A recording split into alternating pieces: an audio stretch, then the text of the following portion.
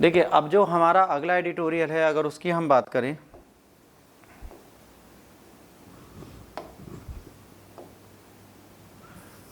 जो हमारा अगला एडिटोरियल है अगर हम उसकी बात करें बेटा, तो वो हमारा है बांग्लादेश से रिलेटेड। जैसे बांग्लादेश में आपको पता है शेख हसीना पहली मैडम है, दूसरी मैडम कौन है जो वहाँ रहती है? दो है ना, वहाँ पे सरकार बनती है, एक शेख हसीना, दूसरी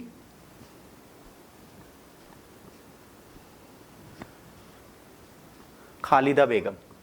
ठीक है, तो ये दोनों हस्तियां हैं जो वहाँ पर हमेशा बनी रहती हैं। तो अभी बांग्लादेश से रिलेटेड एक न्यूज़ बहुत ज़्यादा न्यूज़ में चल रही है, आपको वो भी दिखाई दे रहा हूँ।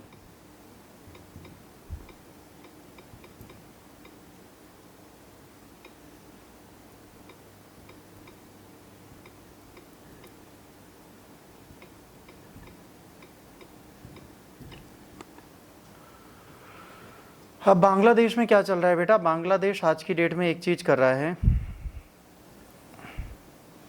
आज की डेट में बांग्लादेश भी बहुत ज़्यादा फेमस हो गया है अपने बाइकआउट को लेके। ठीक है, जैसे आपको पता है कि वहाँ पर जो गवर्नमेंट बैठी है, वो गवर्नमेंट जो है वो इस टाइम पे बैठी है किसकी?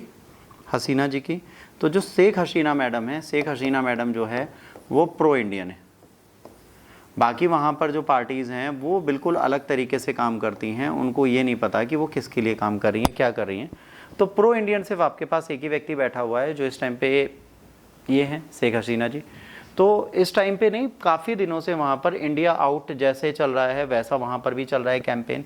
बाइकआउट इंडिया प्रोडक्ट की बात चली, वहाँ कह रहे हैं इंडिया से बनने वाली जितनी चीज़ें हैं उन सबको पूरी तरीके से समाप्त कर दिया जाए, इंडिया का कोई भी गुड वहाँ पर नहीं सप्लाई होगा, इंडियन गुड्स को वहाँ पर नहीं दिया जाएगा। ठीक है, डिमांड एंड सप्लाई नहीं दी जाएगी उन चीज़ों की, ये एक प्रॉब्लम है।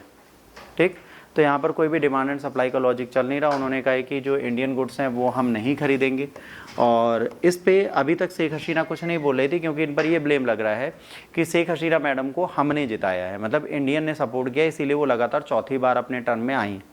तो चौथा टर्म वो सर्व कर रही हैं इंडियन गवर्नमेंट की मदद से, उनके लिए कुछ एक्टिविटीज़ ऐसी की गई जिसके चक्कर में वो जीती। अब यहाँ पर पहला क्वेश्चन आता है कि भाई इंडियन गवर्नमेंट की दूसरे की पॉलिटिक्स में क्या करेगी। जैसे हम ये कह सकते हैं कि मालदीव में अगर चाइना नहीं होता तो शायद वो ना जीतते, उसी तरह हम ये कह सकते हैं कि नेपाल में ओली साहब नहीं बैठते अगर चाइना नहीं होता। तो ये एक ब्लेम ही है, इनका कोई प्रैक्टिकलिटी नहीं होती, कभी भी इसकी कोई प्रैक्टिकलिटी नहीं होती, एक प्रॉब्लम।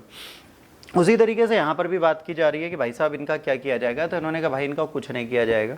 अगर आप शेख हसीना की बात करें, ठीक है, तो शेख हसीना बिल्कुल अलग तरीके की आइडियोलॉजी लेके चलती हैं। इन्होंने अभी अपने आप को एकदम ब्लास्ट आउट किया है, बहुत बुरी तरह कुछ स्टेटमेंट्स बोले हैं। इन्होंने कहा भाई साहब आप बहुत ज़्यादा बोल रहे हो, आप बिल्कुल बोलिए, हमें कोई दिक्कत नहीं है, आपका जो मन करे आप वो बोलिए। बट यहाँ पर इन्होंने कहा है कि भाई जो अपोजिशन पार्टीज़ हैं, इन्होंने कहा जितनी भी अपोजिशन पार्टीज़ हैं वो क्या कर रही हैं, अपोजिशन पार्टी सीधे इंडियन प्रोडक्ट्स को बाइकआउट कर रही हैं। तो इन्होंने कहा ठीक है बेशक बाइकआउट करो, बट आपको पता है कि बांग्लादेश की 90% जो रिच क्लास के लोग हैं वो इंडियन साड़ीज़ पहनते हैं, वहाँ पर भारतीय साड़ियों की बहुत डिमांड है। तो उन्होंने कहा कि भाई एक काम करो, जितने अपोजिशन के लीडर्स हैं वो अपनी बीवियों को मैदान में उतार दें और वो भारतीय साड़ी पहने बिना आ जाए। इन्होंने कहा भाई इंडियन ऑब्जेक्ट्स में सबसे इंपॉर्टेंट इंडियन साड़ीज़ हैं, और वो कह रही हैं जब मैं अपोजिशन में थी तो जो वहाँ पे पार्टीज रूल कर रही थी उनकी फैमिली मेम्बर्स इंडियन साड़ीज़ को लाकर बांग्लादेश में बेचते हैं, इंडिया फ्लाई करके जाते थे और वहाँ से साड़ियाँ लेके आते थे। अब बच्चों बात ये है कि आप यहाँ से साड़ी लाते हो, फिर शेख हसीना साहब ने कहा कि भाई आप इतने इंपॉर्टेंस रखते हो, अब पहली बार वो बोली हैं इतने सालों के बाद। इन्होंने कहा अगर आप इतने इंपॉर्टेंस रखते हैं तो इंडिया के स्पाइसेस खाना बंद कर दीजिए, स्टॉप टेकिंग इंडियन स्पाइसेस। इन्होंने कहा इंडियन मसाले खाने आप बंद कर दीजिए, इलायची है, काली मिर्च है, लौंग है, जीरा है, हल्दी है, ये सब खाना बंद कर दीजिए, तो क्या आपका खाना बन जाएगा। उन्होंने कहा इंडिया के बिना हमारा आधार नहीं है, आपको लगता है कि इंडिया को आप छोड़ सकते हो तो आप इंडिया को नहीं छोड़ सकते। उनका कहना है कि अगर आप इंडिया को छोड़ोगे तो आप भी पाकिस्तान की तरह भिखारी बन जाओगे।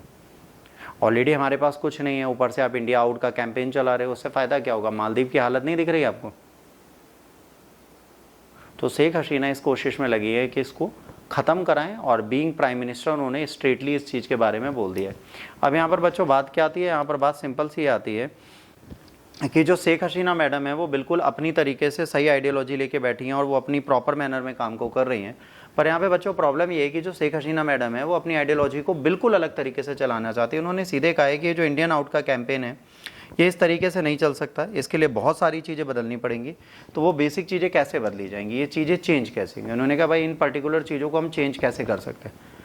तो सबने पूछा भाई क्या करना चाहिए, तो शेख हसीना ने कहा कि भाई India out campaign could be good अगर हमारी इकोनॉमिक कंडीशन अच्छी होती है और हमारे अदर नेशंस जो हैं वो फ्रेंडली होते। जैसे आपको पता है कि चाइना भी बांग्लादेश में घुसने की कोशिश कर रहा था, बट प्रो इंडियन होने के कारण उन्होंने इस आइडियोलॉजी को पूरी तरह स्टॉप किया।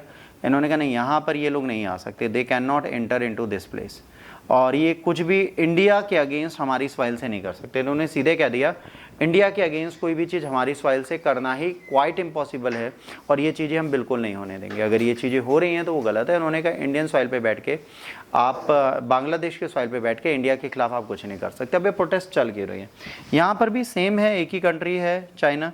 चाइना क्या कर रही है, जो अपोजिशन पार्टी बैठी है उसको क्या कर रही है, उसको ग्रीड दे रही है ना, उसमें फायरवुड का काम कर रही है, फायर को बढ़ा रही है, ठीक है, ऑयल पोर कर रही है, और कह रही है कि भाई साहब देखिए इंडिया के अगेंस्ट आप खड़े रहोगे तो इंडिया की डेमोक्रेसी थोड़ी अनसेटल्ड दिखेगी नेबरिंग से।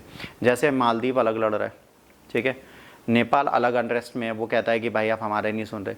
नीचे श्रीलंका आपने देखा कच्छुतीवी को लेकर फिर से डिस्प्यूट में आ गया। अगर इधर बांग्लादेश भी लड़ने लगे, आप समझिएगा, नेपाल ऊपर लड़ रहा हो, इधर मालदीव लड़ रहा हो, नीचे श्रीलंका लड़ रहा हो, ऊपर बांग्लादेश लड़ रहा हो, तो कहीं ना कहीं हमारी सिचुएशन क्या हो जाएगी, नेबर फर्स्ट की पॉलिसी हमारी बिगड़ जाएगी। हमारे आसपास में ही हम प्रॉपर आइडियोलॉजीज नहीं बना पाएंगे। अगर हमारी प्रॉपर आइडियोलॉजी आस पड़ोस के लिए नहीं रहेगी तो फिर हम आगे चीज़ें सेटल कैसे करेंगे। इनका सिंपल कहना है कि अगर आपको अपना आइडियोलॉजी को बदलना है, अपनी चीज़ों को बदलना है, अपनी चीज़ों को डेवलप करना है, तो आपके लिए सबसे अच्छा तरीका क्या है, आपके लिए सबसे अच्छा तरीका है कि आप इंडिया की आइडियोलॉजी को समझिए। तो शेख हसीना यही कोशिश कर रही हैं कि इंडिया के नेबर में बांग्लादेश की साइड से इन्हें कोई प्रॉब्लम नहीं मिले, भले ही म्यांमार की साइड से मिल जाए। इधर भूटान शांत रहेगा और इधर बांग्लादेश शांत रहेगा, तो कहीं ना कहीं हमें एक प्रैक्टिकलिटी में सपोर्ट मिलेगा, क्योंकि इलेक्शन का टाइम आ रहा है। इस टाइम पे अगर आप देखें कोड ऑफ कंडक्ट लगने के बाद भारत सरकार एक कार्यकारी सरकार बन जाती है, वह भी बहुत ज़्यादा कार्यों को नहीं कर पाती। तो यहाँ कहीं ना कहीं एक समस्या का विधान बना रहता है। और अगर इस टाइम पे चारों तरफ से आपके ऊपर है ना फायरिंग की जा रही होगी तो कोई प्रॉपर रिप्लाई नहीं दे पाएगा। इलेक्शन कैंपेन के टाइम पे कोई भी पॉलिटिकल लीडर इंडिया के फेवर में बात नहीं करेगा, ना इंडिया के अगेंस्ट बात करेगा। इस टाइम पे हर बंदा अपने कैंपेन में लग गया। तो कैंपेन का सिंपल सा मतलब है, आप कोई भी बंदा इंडिया के लिए नहीं बात कर रहा, तो अगर इंडिया के आसपास ये सारी चीज़ें होंगी तो फिर प्रेसिडेंट को एक्टिव होना पड़ेगा। और हमारी प्रेसिडेंट मैडम बहुत ज़्यादा स्लो है, वो एक्टिव होने से रहे। तो इस टाइम पे हमें पॉलिटिकल सिनेरियो को रेगुलेट करना है। तो जो हमारे फ्रेंडली नेशंस हैं नेबर में, वो ये समझते हैं इलेक्शन के टाइम पे हमें कोई भी डिस्टर्बेंस नहीं करनी।